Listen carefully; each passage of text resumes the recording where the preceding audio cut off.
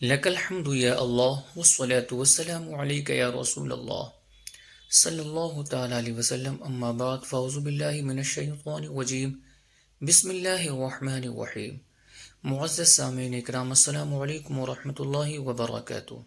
رسول کریم صلی اللہ تعالی علیہ وآلہ وسلم نے فرمایا، جو مجھ پر روز جمعہ درود پاک پڑھے گا میں اس کی قیامت کے دن شفاعت کروں گا۔ تو درود شریف کا نذرانہ بانداز غلامانہ پیش کریں۔ اللہم صلی علی سیدنا و مولانا محمد مبارک وسلم، صلاۃ و سلام علیک یا رسول اللہ، صلاۃ و سلام علیک یا حبیب اللہ صلی اللہ علیہ وسلم۔ اللہ تعالی کلام مقدس میں ارشاد فرماتا ہے، قل هل يستوي الذين يعلمون والذين لا يعلمون، تم فرماؤ کیا علم والے اور بے علم برابر ہیں؟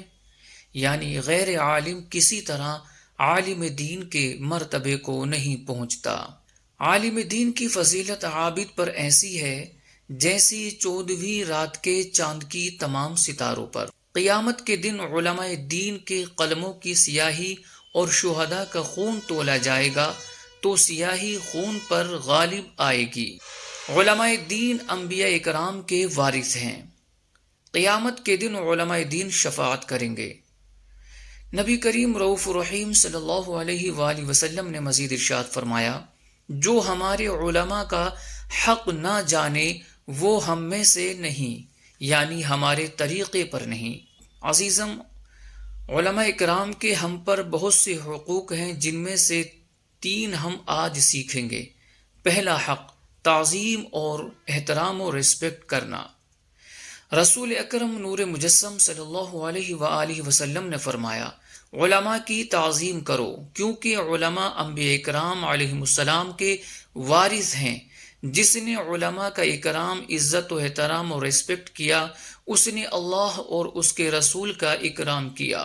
اعلیٰ حضرت امام اہل سنت رحمۃ اللہ تعالی علیہ فرماتے ہیں، عالم دین سنی صحیح العقیدہ کے لوگوں کو حق کی طرف بلائے اور حق کی بات بتائے، محمد رسول اللہ صلی اللہ تعالی علیہ وآلہ وسلم کا نائب ہے۔ اس کی تحقیر معاذ اللہ محمد رسول اللہ صلی اللہ تعالی علیہ وآلہ وسلم کی توہین ہے، اور محمد رسول اللہ صلی اللہ تعالی علیہ وآلہ وسلم کی جناب میں گستاخی اللہ پاک کی لعنت اور دردناک عذاب کا سبب ہے۔ اگر عالم کو اس لیے برا کہتا ہے کہ وہ عالم ہے، جب تو صریح کافر ہے کہ یہ عالم کو نہیں بلکہ علم دین کو برا جان رہا ہے۔ اور علم دین کیا ہے؟ قرآن و سنت کا علم۔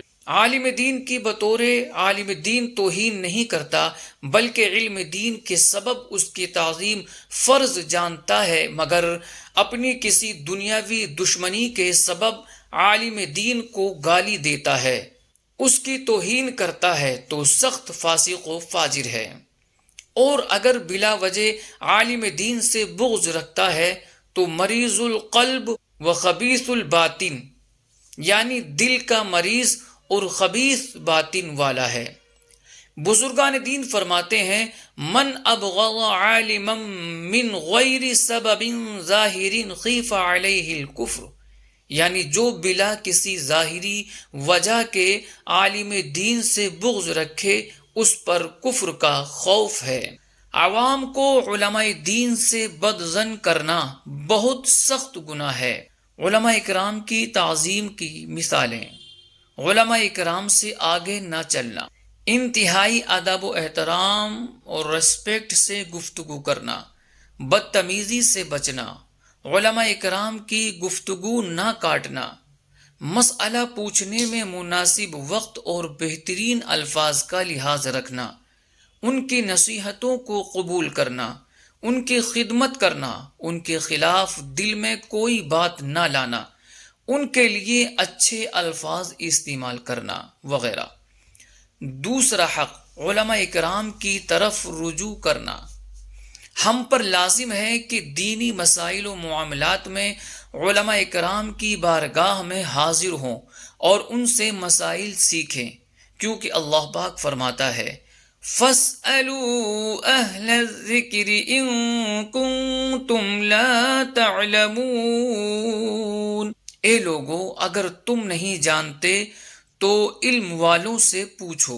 معلوم ہوا جس مسئلے کا علم نہ ہو اس کے بارے میں علماء کرام کی طرف رجوع کرنا ضروری ہے۔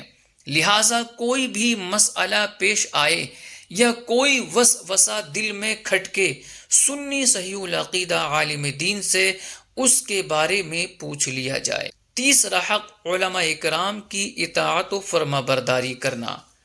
اللہ تعالی فرماتا ہے، یا ایہا الذین آمنوا اطیعوا اللہ واطیعوا الرسول واولی الامر منکم۔